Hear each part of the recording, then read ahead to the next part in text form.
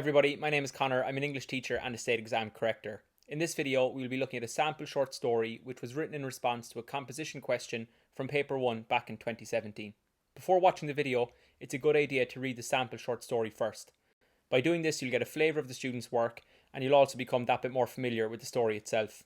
Having watched the video then, it would be a good idea to take a look at the annotated PDF version of the sample short story. This will give you even more information and tips on the short story which won't have been covered in the video. Before we get into the sample short story itself, let's take a quick look at the question. So the question reads, write a short story in which a mistaken identity is central to the plot. So the first thing to consider here is the fact that the question requires you to include the idea of a mistaken identity and that it must be central to the plot. The next thing then to consider is the fact that you'll need to decide on the appropriate language genre. For a short story, you'll be using the language of narration and the language of aesthetics. So to help you remember the different language genres, think of the word pania. So P is for persuasive, A for argumentative, N for narrative, I for informative, and A for aesthetic. Now that we've become familiar with the question, let's take a quick look at the marking scheme. So this marking scheme states that the corrector is to reward an awareness of the narrative shape of a story. So this basically means that you'll be expected to create a setting within your short story, you'll be expected to develop a character, establish an appropriate plot, and then to build tension or suspense within your story too. Remember, the quality of writing will also be assessed here as well, so the corrector will be looking for effective uses of the various literary devices and techniques. The marking scheme also outlines how the idea of a mistaken identity must be central to the short story's plot. Correctors will be on the lookout for some prepared essays where a student will have just simply tagged on the idea of a mistaken identity. These essays will always stand out a mile to the corrector. A good plan will help your essay focus on the task at hand. So now that we've looked at the question and we have an understanding of the marking scheme, I just want to give you a brief insight into how I form my initial impressions of a student's short story. So the first thing that always influences my impression is the story's structure. So when it comes to a short story, I'm expecting an intro, 4 to 5 main body paragraphs and a conclusion. Somewhere in the region of 4 to 5 exam booklet pages is a good length when it comes to the composition section of paper 1 as well. So the second thing I consider is whether or not the student's short story actually focuses on the task at hand. I often come across students who just give back a short story that they've written in class and the idea of a mistaken identity will have a brief cameo appearance at the end. Try and avoid this type of situation at all costs. As the marking scheme states, the idea of a mistaken identity must be central to the short story. The next thing I consider then is the student's ability to apply the correct language genre in their essay. The last thing then that forms my initial impression of the student's short story is their ability to employ a variety of literary devices and techniques within their response to the question. So now that you know how I form my initial impression of a student's short story, let's just jump straight into the answer itself.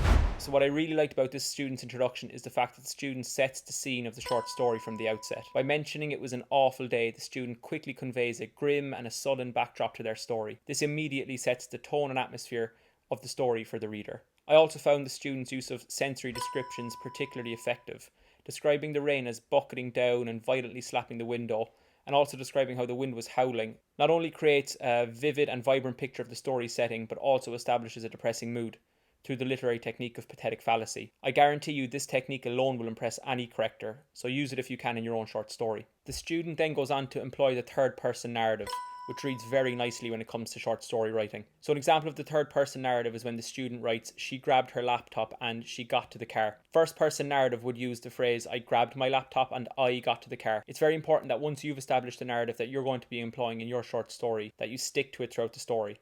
Weaving in and out of different narratives just reads very poorly and is often an indicator that the student struggles with the fundamentals of short story writing. I was very impressed with how the student offers their reader an insight into the context of the character. So by mentioning that the character is struggling to finance a reliable car, we get the sense that she really needs her job and can therefore understand why she shows up every day to a job that she doesn't like. Character development is crucial to short story writing. Building a multifaceted character will heighten your reader's interest in your written piece. This introduction showcases that the student has a talent for short story writing.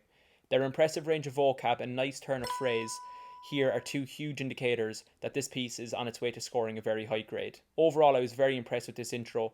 It's definitely left me eager to continue on reading their short story. So now that we've looked at the intro, let's take a quick look at this student's first main body paragraph. I liked again how this student sets and develops the story's setting.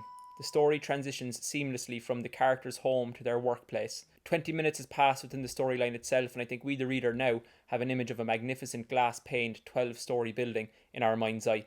So you remember that the marking scheme said to reward the effective establishment of a setting within the short story, and this student will for sure be rewarded for their ability to set the scene. Again, this student shows a strong ability to develop their character in this paragraph. By depicting their character as an ambitious but naive and awkward person, this student has the opportunity to create a number of situations for their character that would definitely leave their reader entertained. The fact that the student mentions that the character is liable to embarrass themselves at work as well allows their reader to not only be empathetic towards the character, but also allows them to relate and root for their character too.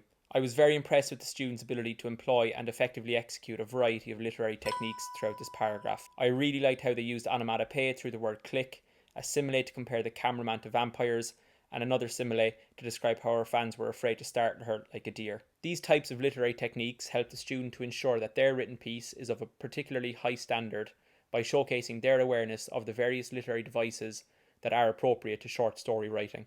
This student's use of dialogue is also very impressive when it comes to progressing their storyline. So a good idea when it comes to dialogue in a short story is to use it quite sparingly. Nobody wants to read a script when the question asked instructs you to write a short story. The student also displays a wide range of vocab here, which is very important when it comes to the language section of PCLM. Words such as despondency and perplexity show that this student has a superior command of the English language. So the next aspect of the sample answer we're going to have a look at is the student's final main body paragraph and their conclusion.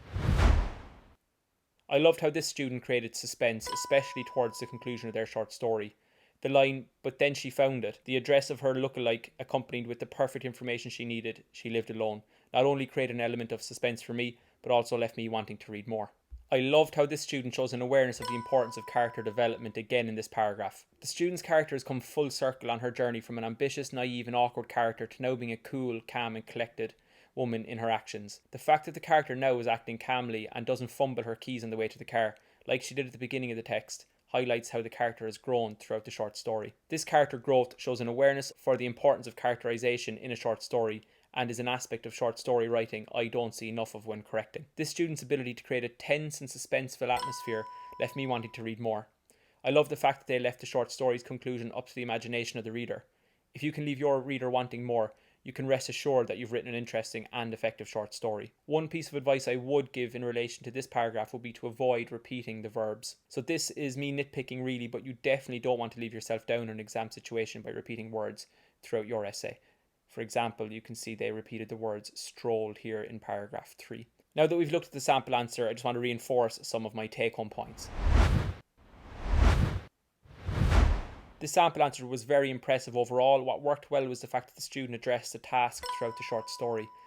Their story was centred on the idea of mistaken identity, and it was clear that this was not a prepared essay. The student's use of narrative and aesthetic language allowed them to write an interesting and well-managed short story. I was also really impressed with the examples of literary techniques and devices used throughout the written piece as well. I really liked the fact that they left the ending up to the imagination of the reader. Some advice I would give to the student would be to always give a short story a title. I also think that the short story would have benefited from a wider range of vocab as well. So hopefully some of the content in this video has helped you in some way. Make sure to check out the annotated PDF version of the sample answer for even more info that wasn't covered in this video. Thanks for watching and chat again soon.